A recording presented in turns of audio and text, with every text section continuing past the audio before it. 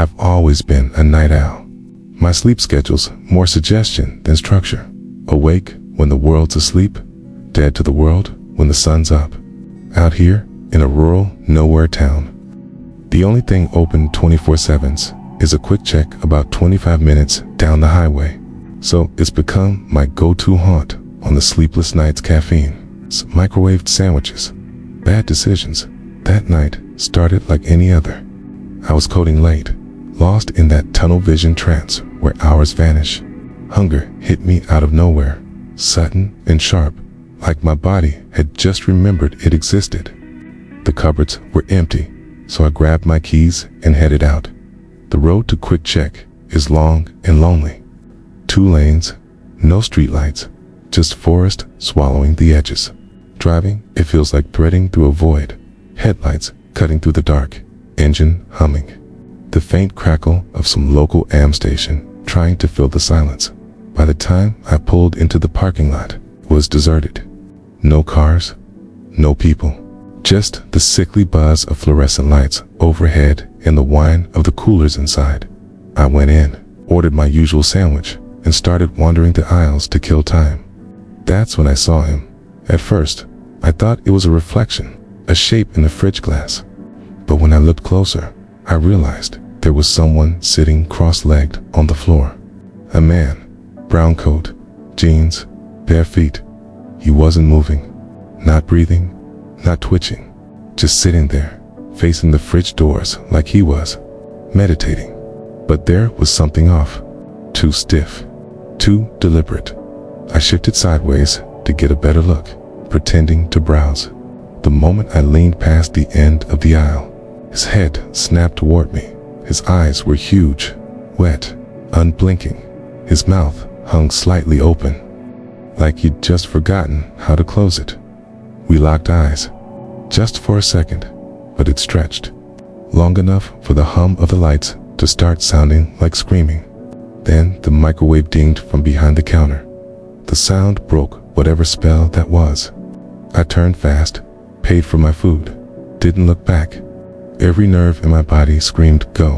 When I stepped outside, the night felt wrong, heavier, thicker. My headlights looked too dim, the shadows too deep. I started the car and tried to convince myself it was nothing. Maybe a homeless guy, maybe high, maybe tired. Then I checked the gas gauge. Empty, perfect. The nearest station was miles away. The same Quick Check I'd just left, but I remembered another one off Route 9, a few exits over. I thought I could make it. Halfway there, the engine sputtered, then died. I coasted to the shoulder, cursing under my breath. The highway was empty, the woods crowding close on both sides. I pulled out my phone, no signal. I sat there for a while, listening to the ticking of the cooling engine, debating whether to walk. Then, far in the distance, I saw headlights. Relief hit first, then unease. The car wasn't going normal speed. It was crawling, maybe 15-20 miles per hour. As it passed, I saw it was a pickup truck. It slowed, stopped, then did a 3-point turn. It came back, this time slower, maybe 5 miles per hour. The driver's face was hidden by glare, but I could feel his eyes on me. He rolled past again, paused, then sped off into the dark dot. My stomach dropped. I called 911, no bars. I called again, nothing. And then I saw him, a figure, walking toward me from down the road. Brown coat, bare feet. I froze. My pulse hammered so loud it drowned out everything else. He stopped about 30 feet away, just standing there, head tilted. Then I heard it, the rumble of the same truck's engine. The man turned toward the sound, then bolted impossibly fast into the trees. The truck's headlights burst into view, swerving, searching the shoulder. I ducked, heart in my throat. The truck slowed beside my car, paused, and for one unbearable second, I thought I saw a face in the driver's window, wide eyes, slack mouth, staring straight at me. Then it revved and sped off. I didn't wait. I ran, through the trees, through the dark, just running. Somewhere behind me, I heard a horn blare, one long, angry note. By the time I stumbled out near a set of gas pumps, dawn was just starting to gray the sky. I called the cops. They found my car hours later, miles from where I'd left it. Engine running, driver's door open, sandwich still warm, no fingerprints, no footprints, just a brown coat folded neatly on the hood.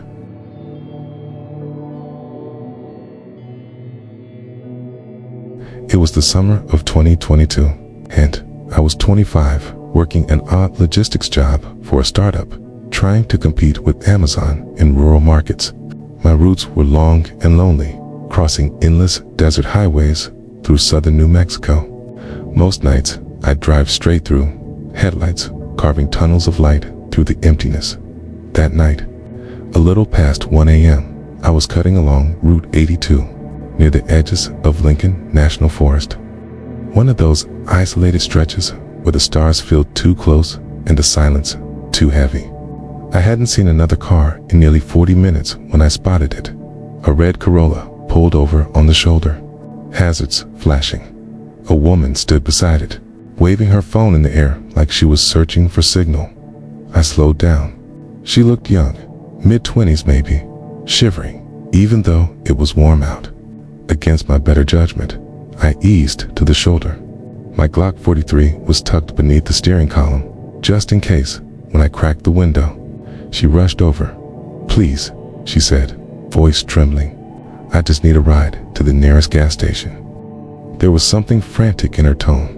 Not fear exactly, but a kind of nervous urgency. I hesitated. Every instinct told me to keep driving, but her desperation got the better of me. I unlocked the door.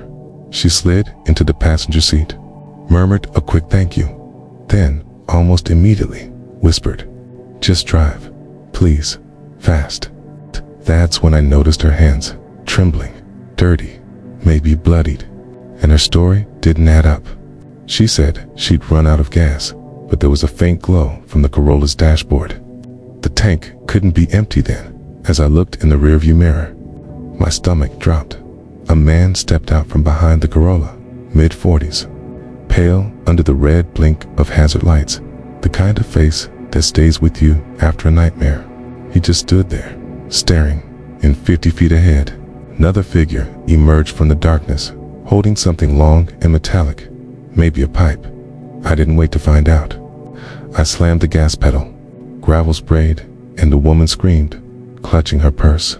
She kept yelling, "Don't stop, don't stop." For a few miles, neither of us spoke. The desert blurred by in silence.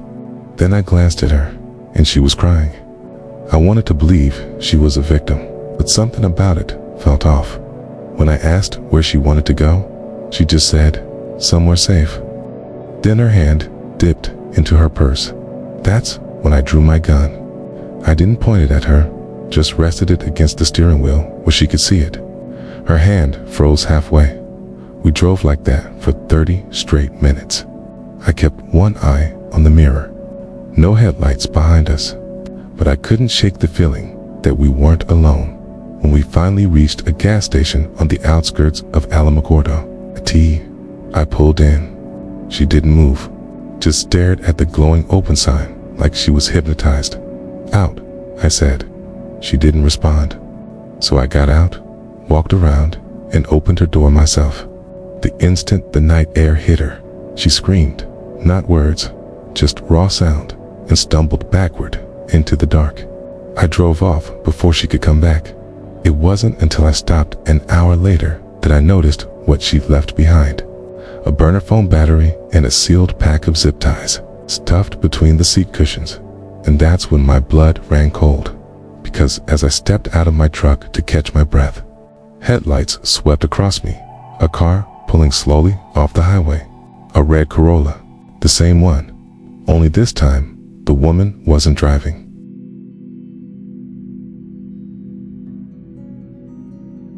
It was winter break, my junior year of college. I was broke, exhausted, and halfway through a cross-country drive from Utah to Georgia. My plan was simple. No hotels, no stops, except for gas and restrooms. I had blankets in the back seat, and figured I could sleep in my car when I got tired. Around 10 p.m., somewhere in the middle of Kansas, miles of nothing but black sky and dead fields, I stopped at a tiny gas station. My tank was nearly empty, and my phone battery was dying too. My breath fogged the cold air as I stepped inside. The place looked almost abandoned. The cashier behind the counter didn't look up, just stared at a small TV bolted to the wall. Down a narrow hallway was a faded sign, "Restrooms gives." When I pushed open the women's door, I nearly collided with a woman coming out of a stall. She froze, gray, stringy hair, foam flip-flops, a heavy, filthy purple and green coat that hung past her knees in the middle of winter. She clutched a tied-up plastic grocery bag, her knuckles white around it, and just stared at me. I muttered a quick sorry and tried to move around her, but she didn't move. Finally, she stepped aside. I went into a stall and locked it, my heart oddly quick. A few seconds later, I heard the slow slap of her flip-flops move toward the door. It creaked open, then slammed shut. Silence, except for breathing, slow, steady, just outside my stall. I sat frozen, counting heartbeats. Then the sound again, the door opening, then closing, followed by a sharp gasp, like she'd been holding her breath. She'd faked leaving twice. When I finally worked up the nerve to unlock the door, the room was empty. I washed my hands fast, avoiding the mirror. Outside, I waited until a large man walked out of the store so I could follow him into the parking lot. My car sat alone near the pumps, except now another vehicle had parked several spots away. A beat-up white sedan with its engine idling, and the woman, she was standing beside it, watching me. She was holding the plastic bag, but it sagged oddly, like there was something heavy inside. When I made eye contact, she smiled, a stretched, cracked smile, then turned and walked around the corner of the building. I didn't wait. I jumped into my car and locked the doors. As I was pulling onto the empty highway, headlights flared behind me. The same white sedan. I told myself it was coincidence. I told myself I was being paranoid. But mile after mile, the car stayed back, never passing, never falling away. I drove another 40 minutes, my eyes gritty, pulse pounding. Finally, I spotted a rest stop, just a single street light over a row of vending machines and a few parked semis. I pulled in, killed my headlights, and tried to calm down. The sedan didn't follow. Relieved, I wrapped up in my blanket and drifted into a shallow, uneasy sleep. Sometime around 4 a.m., I woke up to a violent crash. My car shook, then again, bang. The rear window exploded inward. I looked up just in time to see a shadow move behind the shattered glass. Headlights blazed in my mirror, the white sedan, and stepping out of it wasn't a woman, it was a man. He was tall, wearing a dark jacket, gripping a metal baseball bat. He raised it and brought it down on my taillight, screaming, "L-I-A-R," over and over, the sound echoing across the empty lot. I hit the ignition. The engine roared. The car lurched forward as he slammed the side door, denting it in. I peeled out, shards of glass falling from the frame, the steering wheel shaking in my hands. In the mirror, I saw him standing there, the woman beside him now, the two of them motionless under the flickering light. She was smiling again. I drove until I found a 24-hour gas station with a few trucks outside and called 911. When police met me there, my rear window was shattered, one tire slashed, and the back seat covered in glass. They searched the rest stop. No one was there. No white sedan. No trace. Just a single purple and green coat, hanging from the fence by the highway. I had to stay in town 3 days for repairs. That was 3 years ago. I've driven across the country since then, but I never, ever stop at rest areas at night anymore, because sometimes you don't realize who's watching you or how long they've been following. It was mid-January, bitter cold. Then the highway stretched like an endless black ribbon through the heart of Iowa. Ali had been driving for hours, delivering auto parts across the Midwest. It was a lonely job, long nights, empty roads, and gas stations that looked like they hadn't seen daylight in years.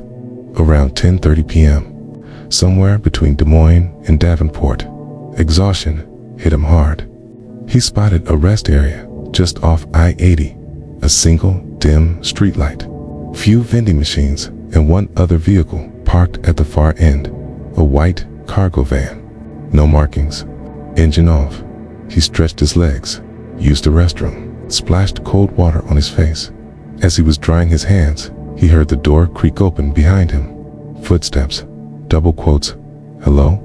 He called. No answer. When he stepped outside, the air felt heavier. The van's headlights were on now, beams cutting through the fog, but no one was inside. He got back in his truck, locked the doors, and pulled out. The interstate was dead quiet. Just him, the hum of tires, and the occasional gust of snow. Then, 5 minutes later, saw headlights appear in his mirror. The same van. It got closer, until it was right on his bumper. Then it pulled alongside him, matching his speed. The driver, a pale figure in a hood, motioned for him to roll down his window, pointing toward Ali's truck bed, but the bed was empty. Ali didn't slow down. The van swerved closer, honking, its high beams flooding his cab with light. Then it sped ahead, cut him off, and pulled onto the shoulder. Ali floored it, heart hammering. When he glanced back, the van was gone. An hour later, he saw a faint blue glow on the horizon, a hospital sign. He hadn't realized there was one out here. He needed somewhere to stop, to breathe, to make sure he wasn't losing his mind. The old city hospital sat at the end of a snow-covered road. It looked wrong. The windows were dark, the front doors chained shut. The sign half buried in frost, closed since 2018. Yet one light flickered inside. Ali hesitated. 10 parked near the gate. A security cabin sat nearby, lights on, kettle steaming on a small stove. Maybe someone's on duty, he thought. He stepped out and froze. A faint knock echoed through the fog. THUK. THUK. It came from the main gate. He turned and saw her. A young woman stood just beyond the bars. Her skin was pale, her white dress thin against the wind, her eyes hollow. "Please," she said softly. "I need to see my mother. She's inside." Ali's breath caught. "This place is closed," he said. "There's no one here." The woman's expression trembled. "No, she's waiting for me, in room 302. Something about that number tugged at his memory. He'd read about this place once, a patient named Sakina Begum who died years ago, calling for her daughter, who never came. Room 302. The woman turned toward the hospital and began walking through the snow. Her bare feet left no prints. Against all sense, Ali followed. Inside, the corridors were dark and brittle with frost. Broken wheelchairs, peeling paint, silence thick as dust. The woman glided ahead, her figure barely visible in the flickering light at the end of the hall. She stopped at a door marked 302. The door creaked open. "Are you sure this is the room?" Ali whispered. She turned, her eyes glowing faintly in the dark. "Yes," she said. "Thank you for bringing me back." And then the door slammed shut. Ali lunged forward, grabbing the handle. It was ice cold. When he forced it open, the room was empty. Dust, cobwebs, nothing but written on the wall, faint and red. She came home. A sound broke the silence, an engine outside. Through the cracked window, headlights swept across the wall. A white van. Ali ran. Out the door, down the hall, into the night. The van sat by his truck, engine idling, its doors open wide. He couldn't see anyone inside, but he heard something knocking. 3 slow knocks from inside the van. THUK. Thuk. THUK. He backed away, shaking, and sprinted for the road. By the time the police arrived, the van was gone. The gate was closed. on the CCTV. They saw only one figure walking into the hospital, Ali himself. But at 12:30 a.m. every night, the cameras still show something else. A woman in white, standing by room 302 and parked outside, under the same flickering light. A white van, engine running, waiting for someone to roll down their window.